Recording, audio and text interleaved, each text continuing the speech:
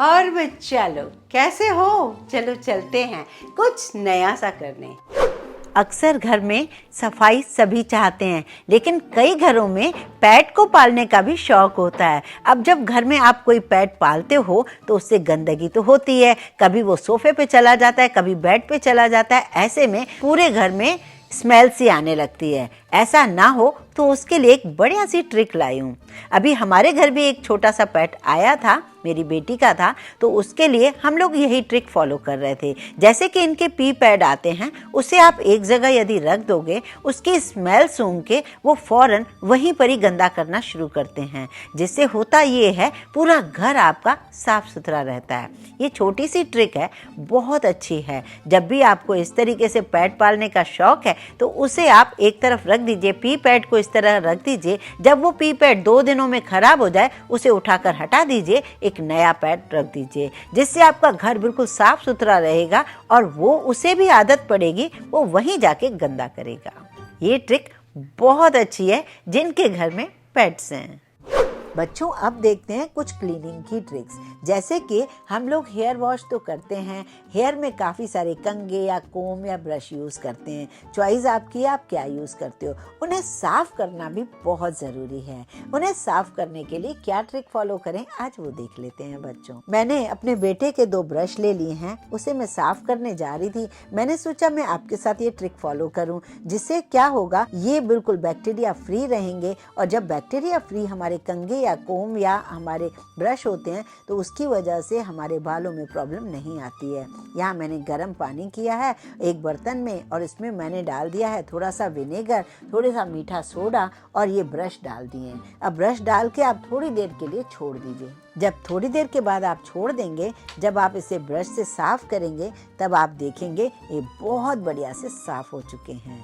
क्योंकि हमें इन चीज़ों को ज़रूरी साफ़ करना चाहिए। अगर हम इन चीज़ों को साफ़ नहीं करेंगे तो होगा ये कि बैक्टीरिया जो पनपते हैं, जिसकी वजह से हमारे हेयर खराब हो सकते हैं।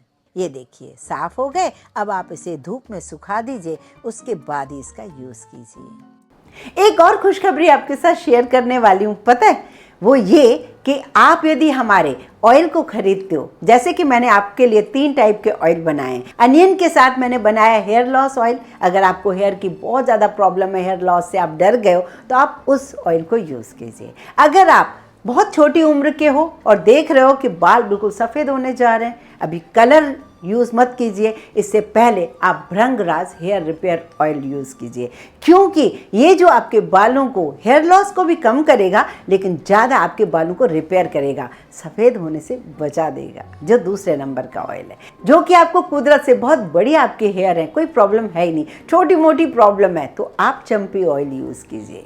ऑयल यूज़ करेंगे ना तो उसके बाद आपको गजब का रिजल्ट मिलेगा। उस ऑयल को कैसे मंगाना है ये तो आप सभी जान गए हो। ज़्यादा जानकारी आपको डिस्क्रिप्शन बॉक्स में मिल जाएगी। एक और खुशखबरी ये है कि आप यदि कॉम्बो ऑयल खरीदते हैं तो आपको ये कंघा बिल्कुल फ्री में मिलेगा। ये नीम की लकड़ी से बना हुआ है और ये मोटे दांतों वाला है, और ये हमने बनवाना शुरू किए हैं क्योंकि मुझे पता था ये हमारे बालों के लिए बहुत अच्छा कंघा है। बच्चों, किचन में हम बहुत सारे नैपकिन यूज़ करते हैं, कई सारे पैड यूज़ करते हैं, कई सारी ऐसी चीज़ें यूज़ करते हैं जो कि फाइबर के हैं या माइक्रो के हैं या जो भी हैं। तो अगर आप इनको साफ़ नहीं करेंगे, सिर्फ यूज़ करते रहेंगे, तो बैक्टीरिया ज़्यादा पनपेंगे। तो मैं तो हफ्ते 15 दिन में इसी तरीके से सारी चीज़ों को, किचन के चीज़ों को लेती हूँ और यहाँ पर विनेगर, मीठा सोडा और गर्म पानी में डालकर थोड़ी देर के लिए रख देती हूँ। उसके बाद इन्हें साफ़ करके ज़रूर रखती हूँ। और हाँ, इन्हें साफ़ करने के लिए मुझे थोड़ा सा डिटर्जेंट या कोई भी डिश वॉश ज़रूर डालना होता है, जिसकी वजह से बैक्टीरिया फ्री हो जाएं, जिससे हमारे किचन में साफ़ सफाई रहे, मच्छर मक्खी नहीं हो, और हर चीज़ जब साफ़ होती है तो उसे काम करने में अच्छा भी लगता है। बस 10-15 मिनट के लिए इसे गर्म पानी में रख दीजिए, उसके बाद आप इसे साफ़ कीजिए। और हाँ बच्चों, आगे की आपको ट्रिक बताऊं इससे पहले चैनल को सब्सक्राइब करना बिल्कुल ना भूलें। इसी तरीके से हमारे पास मैजिक मोप होते हैं। कई टाइप के हम ऐसी चीज़ें लेते हैं जिससे हम फर्श साफ करते हैं, या मेरे यहाँ तो कई बार ऐसी चीज़ें भी होती हैं जैसे कि ना हम लोग अपने शू लेकर कहीं भी जाते हैं, जैसे हम बाहर जा रहे हैं तो शू बैग ले जाते हैं, तो मैं अक्सर उस शू बैग को भी साफ़ करती हूँ। ये देखिए मैंने एक बड़ा सा टब लिया है, उसमें पानी लिया है, मीठा सोडा विनेगर लिया है, तो इस टाइप का मैं शू बैग भी इससे मैं साफ़ कर रही हूँ। और जो मैजिक मॉप होता है जिससे हम फर्श वगैरह साफ़ करते हैं उससे भी हम साफ़ कर रही हूँ। हमें टाइम टू टाइम इन चीज़ों को ज़रूर साफ़ करना चाहिए जिससे ये चीज़ें बैक्टीरिया फ्री रहें और हम स्वस्थ रहें। ये देख रहे हैं आप कितनी सारी मिट्टी निकल रही है ना। थोड़ी देर के लिए मैं इन चीज़ों को भिगा के रखती हूँ, उसके बाद जब ये साफ़ हो जाते हैं तो हमें भी बहुत अच्छा लगता है। ये मॉप भी अगर आपका खुलता है तो इसे खोलकर साफ़ करें, यदि नहीं खुलता है तो इसी तरीके से साफ़ कर लें। ये देखिए अब जब आप फर्श साफ़ करेंगे तो आपको भी बहुत अच्छा फील होगा। मैंने इसी पानी में वो जो बैग था शू बैग उसे भी साफ़ कर लिया है। इस तरीके से छोटी छोटी जो टिप्स होती हैं उन्हें हमें ज़रूर फॉलो करनी चाहिए, जो कि हमें बहुत काम आती हैं। इस टाइप का पेपर रोल होता है जो कि हम बाथरूम में भी यूज़ करते हैं, कई बार हमें किचन में भी यूज़ होना होता है, तो इसे हम जब भी रखते हैं ये खुल जाता है। जब ये खुल जाता है तो बिल्कुल बुरा सा लगता है। तो जब भी आप इसे पैक करना चाहें, जैसे कि हमारे घर में 2-3 बाथरूम होते हैं, एक बाथरूम यूज़ नहीं होता पर उसमें हम पेपर रोल ज़रूर रखते हैं, तो इस तरीके से हमेशा आप पैक करके रखेंगे ना तो उसकी डिज़ाइन भी बड़ी सुंदर लगेगी और वो पैक किया हुआ हमेशा मिलेगा। खुल जाता है तो बहुत ही बेकार सा लगता है।